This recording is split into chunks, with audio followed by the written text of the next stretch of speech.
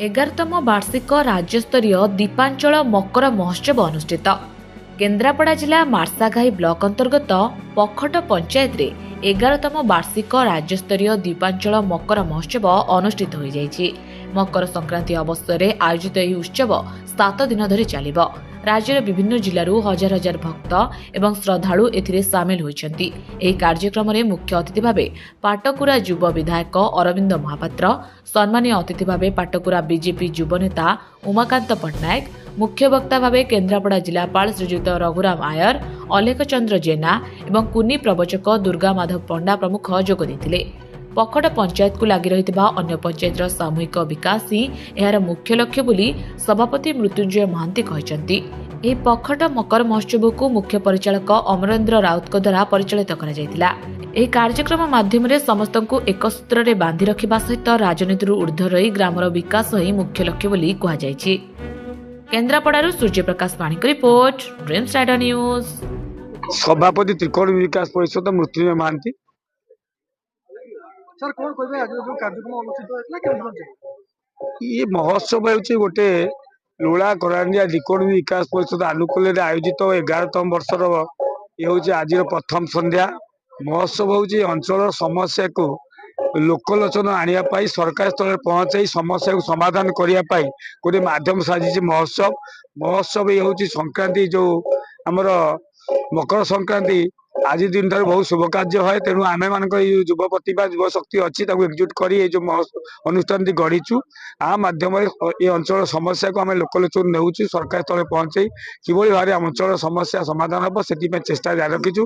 किछि मात्रा आम सफल होइचु। आ किछि समस्या अच्छी जहाँ आम उद्यम अंचल उद्यम विधायक मान सहयोग स्थानीय सरपंच सभ्य समस्त सहयोग आम किभली भाव तार स्थायी समाधान हम ये अंचलवासी जो भाई सहराभिमुखी लोक मान दूरे रही ये ग्रामांचल भले जीवन यापन करें से अनुष्ठान चेष्टा करी आशा करुच्ची ये 2026 समस्त मंगलमय शुभकामना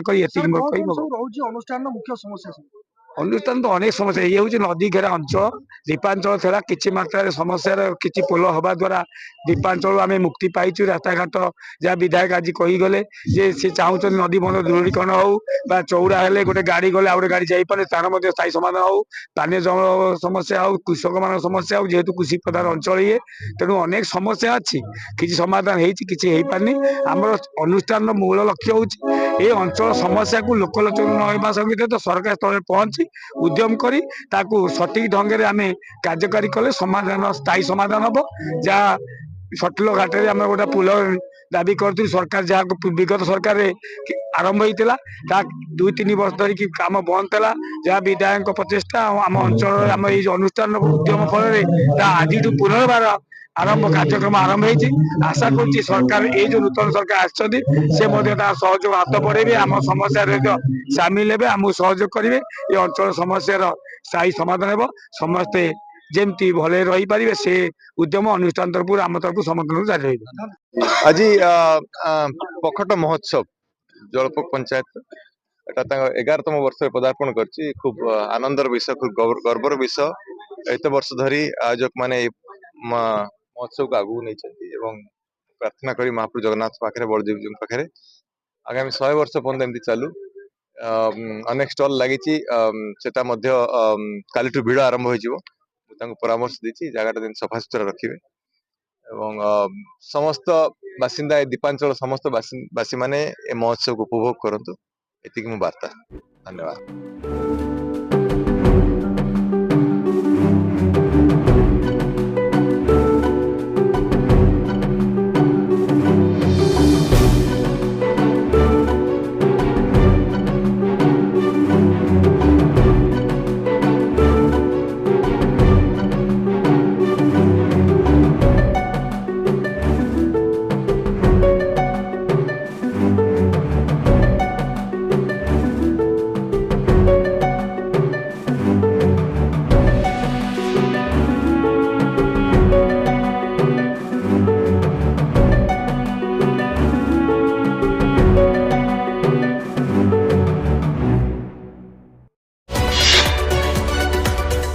आम सह प्रतिदिन जोड़ी होई रहिबा पई आम चैनल को लाइक शेयर सब्सक्राइब एवं फॉलो करंतु।